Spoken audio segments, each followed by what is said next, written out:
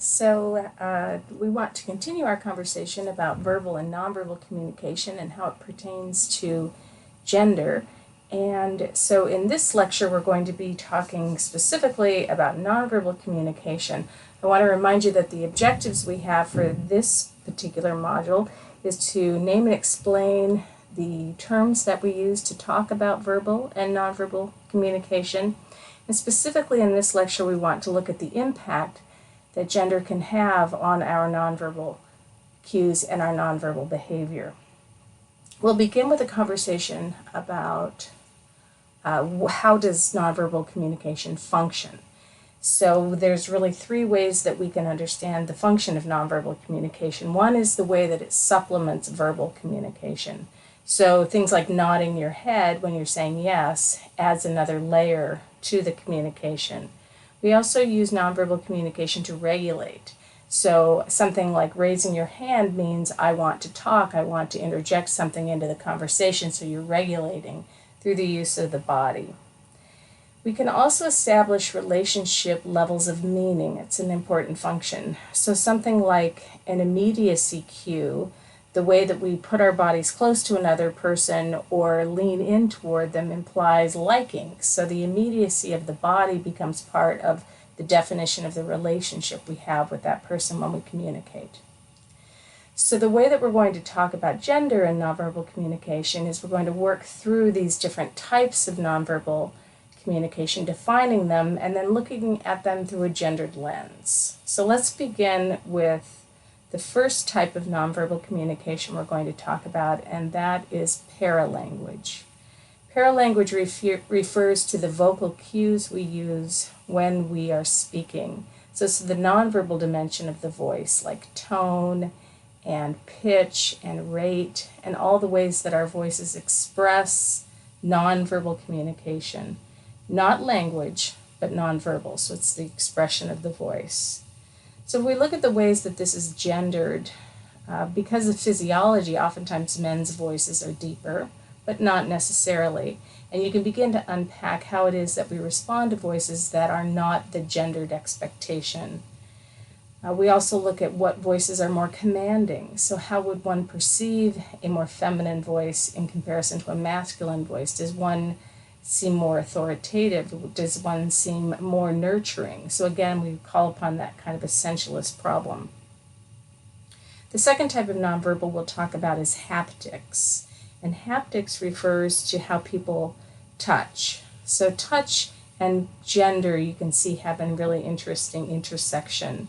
What we know from research is that boys tend to be touched less than girls, and they tend to experience more controlling touch. So when we look at how women touch, women oftentimes are comfortable with affiliatory touch, so the capacity to touch for comforting reasons. And then research upholds the idea that men would touch for more control.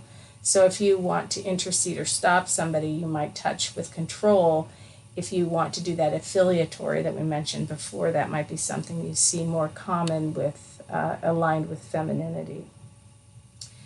A third type of nonverbal communication is called proxemics, and proxemics refers to how we utilize the space around our bodies. So when we take up space with our body, we know that we are in some way having more control of an arena or a space. And consistently, research suggests that men take up more space than women.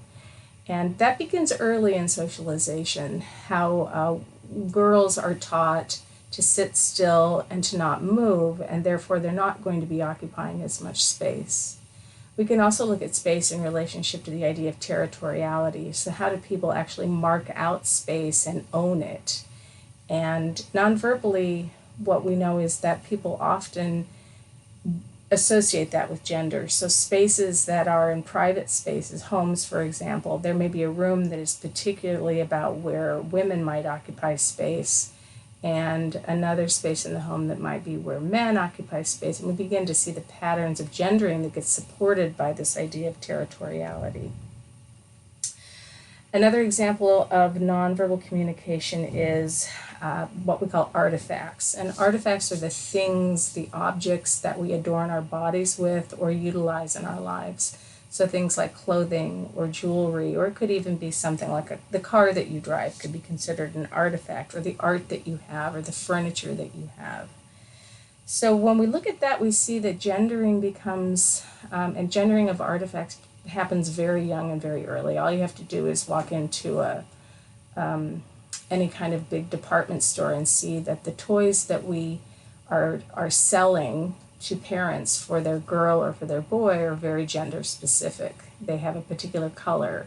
They function to train or teach a child to do a particular thing or enjoy doing a particular thing.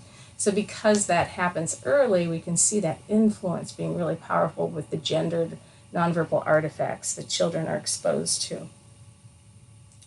Kinesics is a category of nonverbal communication that references the face and the body movement. So how we use facial expressions or how we move our body in space. And we can look at something as simple as smiling, right? So women are often encouraged to smile, and they're often critiqued if they don't smile. So you may be a person who doesn't smile a lot for whatever reason, because you smile just when you're happy, or maybe it's a cultural consideration. Some cultures don't smile as much as other cultures.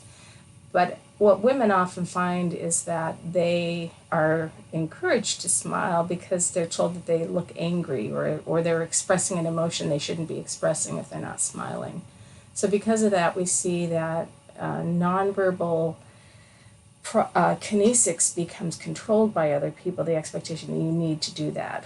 Or on the flip side, you could say that masculinity implies that you shouldn't smile as much because it might show weakness. And again, that reference back to essentialism there.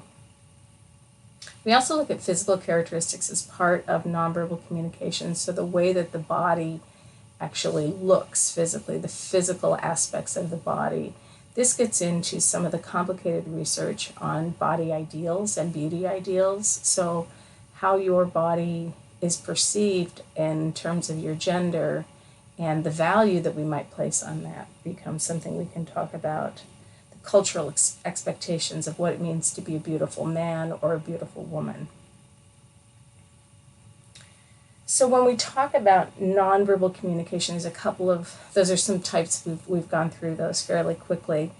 When we talk about specifically a critical approach to understanding nonverbal communication, there's a couple of words I think are important to talk about. And one, it references Judith Butler's theory of performativity.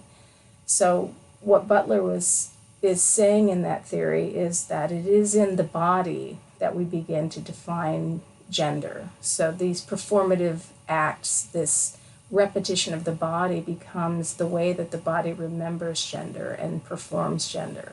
So this repetition of doing becomes gender itself. And so it's not that we are innately gendered, it's that our bodies are performing this gender, and therefore they become internalized to a sense of who we are in our gendered bodies. Another important term is the term passing. Squires and Brower talk about how passing becomes the way that we non-verbally perform gender, and then others accept that as the reality, and therefore we pass in the gendered body that we want to occupy. And passing gets very complicated in relationship to trans identities, because if I want to perform an identity that you might mark as other, I need you to invest and believe that that is the body that you are seeing. So passing is a concept that's really important with nonverbal, because it in some ways it tips the reality of nonverbal communication a bit. So the person who accepts what they are perceiving and seeing becomes the dupe, the person who is buying the gendered performance, and the person who is passing is then occupying the body they want to occupy in the world. So those are a couple of important words that we talk about. It also, I think, the idea of passing gives us a really good place to look at those moments of resistance, how people confront binary, problematic, simplified, essentialist thought around gender. And then I wanted to talk about the idea that we place certain values on nonverbal cues and nonverbal communication. And women are often valued at a higher level if they engage in communality. So let me use my nonverbal communication to connect, to make a relationship with you. And men are often valued more if they use nonverbal to have greater autonomy and agency. So just that difference, the value that we might place on the way that somebody enacts or performs their nonverbal gendered communication is something that we can look at. And so we continue to understand the complexity of communication and gender as they are intersected, and look at all of these important ways that these forms of nonverbal communication get taken up in gendered